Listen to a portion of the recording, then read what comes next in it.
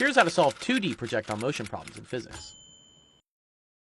So in this example, we have a ball being launched at an angle from the top of a building, and we're asked to figure out how far the ball lands from the base of the building.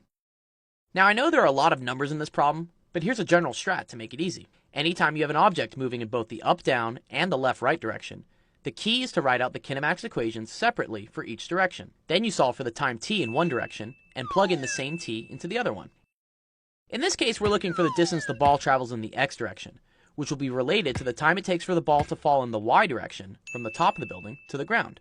Now choosing which kinematics equation to solve with, we're going to use the second equation, because in this problem we're not given, nor are we asked to find, the final velocity. The next step is to write our kinematics equations out in each direction. Now when writing these out, you'll notice that there are two initial velocities, one for the x direction and one for the y direction. However, in this question, we are only given one value for the initial velocity, 20 meters per second. But this is a velocity that points in both the x and y direction. The trick here is to break up the initial velocity into separate x and y components by making a right triangle and using some trig functions. So here the initial velocity in the x direction is 20 cosine of 30 degrees, while the initial velocity in the y direction is 20 sine of 30 degrees. Next we plug in for the variables we know, and see how to solve for the variable we don't know, which is the final x position.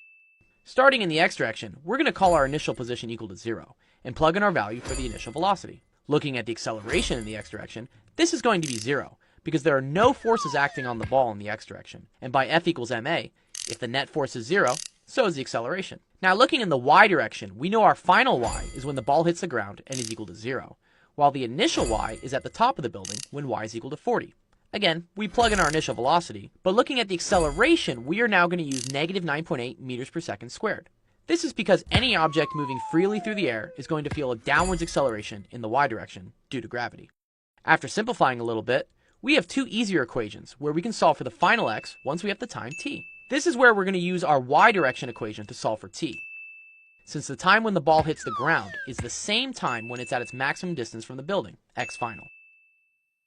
Using the quadratic equation, this gets us two solutions, t equals negative 2 and t equals positive 4. In this case, we're going to pick the positive t value, since the negative t value doesn't make any sense, unless you have a time machine. The last step is to plug in t equals 4 to our x direction equation, which gives us a final distance of 69.3 meters. And there you have it. That's how to solve for 2D projectile motion problems in physics.